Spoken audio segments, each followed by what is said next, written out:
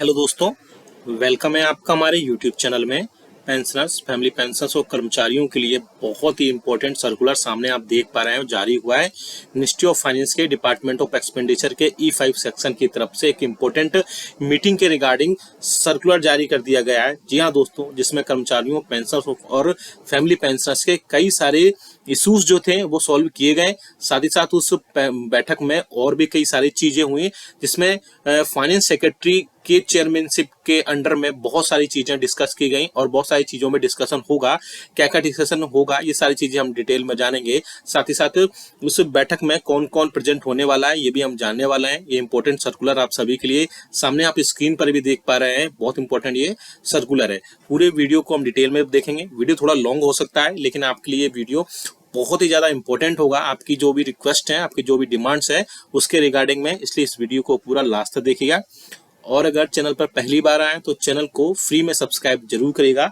Subscribe के black button को press करके, साथ ही साथ उसके बाद में बेल आइकन को प्रेस करना, यानी कि घंटे के निशान को प्रेस करना बिल्कुल मत भूलिएगा।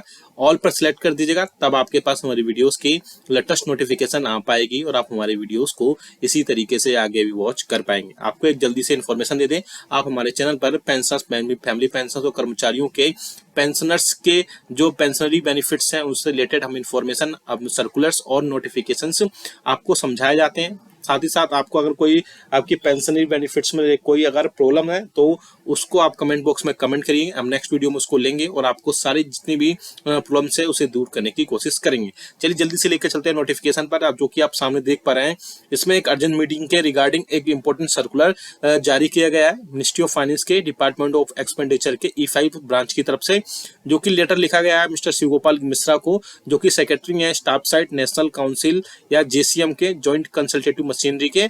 और उसमें कई सारी चीजों पर जो है डिस्कशन के चलते नोटिफिकेशन आप देख सकते हैं। इसमें आप देख सकते हैं कमेटी एक बनाई गई है, जिसके पेंशन सिस्टम और डिस्कशन से रिलेटेड स्टाफ साइड में कई सारी चीजें की गई हैं, जिसमें जो फाइनेंस सेक्रेटरी हैं वो इसकी चेयरमैनशिप करने वाले हैं। साथ ही साथ 15 जुलाई 2024 को मंडे को रूम नंबर 169D में ये मीटिंग होने वाली है। और इसके अलावा और भी कई सारे इसमें जो रिप्रेजेंटेटिव्स हैं स्टाफ साइड के, नेशनल काउंसिल के, वो भी इसमें भाग लेंगे। साथ ही साथ कई चीजों पर इसमें डिस्कशन हो सकता है। और डिस्कशन की बात करें तो किन किन चीजों पर डिस्कशन हो सकता है उसके रिगार्डिंग हम बात कर सकते हैं। यहाँ पर एक रफली आइडिया लगा सकते हैं कि किन किन चीजों पर वहां पर डिस्कस हो सकता है। तो जो कि सबसे बड़ा मुद्दा अभी तक का रहा है वो रहा है 18 मंथ्स के DA और DR के एरियर्स पर, जो बहुत सारी अभी मीडिया में भी खबरें आ रही हैं। साथ ही साथ न्यूज में भी, टीवी चैनल्स पर भी ऐसे खबरें आ रही हैं कि 18 मंथ्स का DA और DR का एरियर सरकार अब आपको बजट में अलॉट कर सकती है। जी हाँ दोस्तों, ये टीवी में भी आने लगा है, लेकिन 18 मंथ्स के DA और DR के रिगार्डिंग गवर्नमेंट जो है पहले ही पिक्चर सारी क्लियर कर चुकी है कि 18 मंथ्स का DA और DR का एरियर्स आपको नहीं दिया जा सकता है। कोविड के टाइम में इसमें जो 3 बड़ी इंस्टॉलमेंट्स थी वो उसको फ्रीज किया गया था, लेकिन आपको बढ़ते हुए रेट पर आपको जो है DA प्रोवाइड करा दिया गया था, लेकिन 18 मंथ्स का जो DA DR का एरियर्स था वो आपको नहीं दिया गया था। तो उसके बाद में जो 18 मंथ्स के DA और DR का जो एरियर्स है, यूनियंस, फेडरेशंस और एसोसिएशंस जो हैं वो सरकार से इसके रिगार्डिंग बातचीत कर रहे थे। उन्होंने सरकार से बोला था कि गवर्नमेंट को जो नेगोशिएशंस या सेटलमेंट की सिचुएशन में आना चाहिए, जिससे पेंशनर्स की या कर्मचारियों की जो 18 मंथ्स का DA और DR का जो एरियर्स है वो उनको अगर गवर्नमेंट एक बार में पे नहीं कर सकती है तो 3 से 4 अलग अलग इंस्टॉलमेंट्स में भी पे कर सकती है, और उसके बाद में ये सारी चीजें हो सकती हैं। लेकिन 18 मंथ्स DA और DR का जो इशू है फिर से तेज पकड़ता हुआ दिखाई दे रहा है। अब आगे आने वाले दिनों में बहुत सारी चीजें क्लियर हो पाएंगी कि इस मीटिंग में क्या क्या चीजें डिस्कस हुई हैं। इसके जब मिनट्स आ जाएंगे उसमें क्या क्या चीजें डिस्कस होंगी, साथ ही साथ किन चीजों पर सहमति और एग्री और डिसएग्री चीजें हो पाएंगी। अब बात करते हैं दूसरी बड़ी खबर की, जो है इस मीटिंग में डिस्कस हो सकती है एडिशनल पेंशन। एडिशनल पेंशन पर भी कई सारी चीजें पर अभी तक चल रही हैं, जिसमें 5 साल के ब्लॉक में 5-5% की बात की जा रही थी।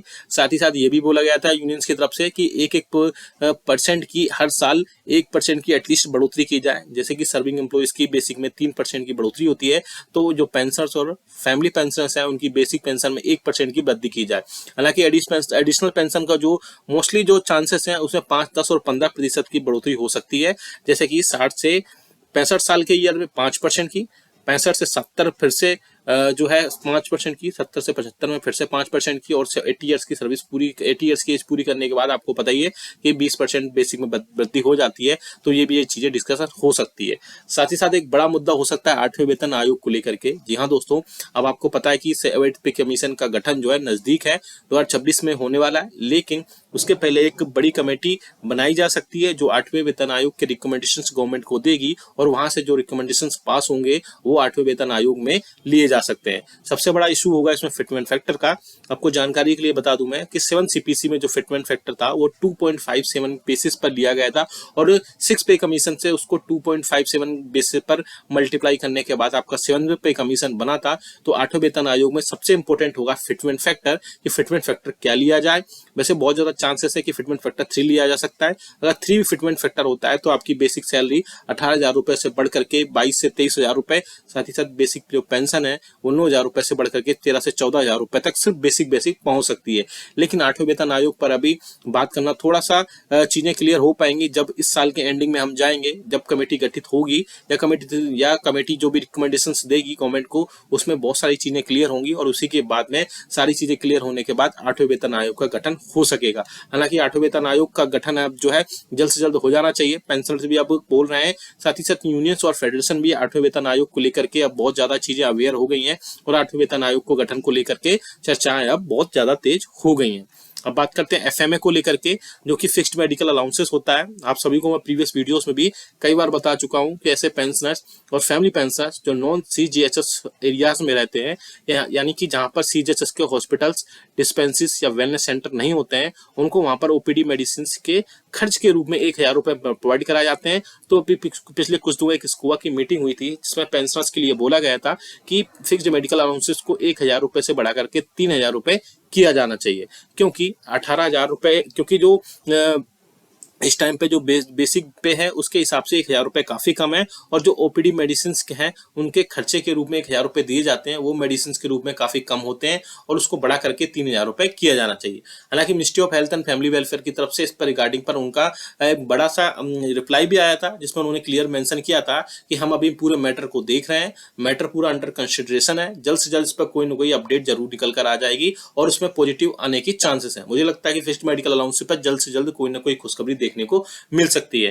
सबसे बड़ी बात, आप हमें कमेंट करके बताएगा कि आपके हिसाब से 18 मंथ्स का डीए डीआर का एरियर्स आपको मिलना चाहिए। साथ ही साथ आपकी जो एडिशनल पेंशन है उसमें 5, 10 और 15% की बढ़ोतरी होनी चाहिए, या फिर नहीं होनी चाहिए, या आपके हिसाब से कोई और इसका अल्टरनेट निकाला जाना चाहिए। साथ ही साथ जो 8वें वेतन आयोग है यानी कि 8 सीपीसी है, उससे रिलेटेड कई सारी चीजें आगे क्लियर होंगी। आप भी अगर आपके कोई सुझाव है तो आप कमेंट बॉक्स में कमेंट करिएगा, वहां से आपके सुझाव ले लिए जाएंगे। साथ ही साथ पेंशनर्स और फैमिली पेंशनर्स के जो फिक्स्ड मेडिकल अलाउंसेस को लेकर भी जो चीजें हो रही हैं उस पर आगे आने वाले दिनों में बहुत सारी चीजें क्लियर हो पाएंगी। ये वीडियो अच्छा लगा तो लाइक करिएगा, इसको सभी ग्रुप्स में आप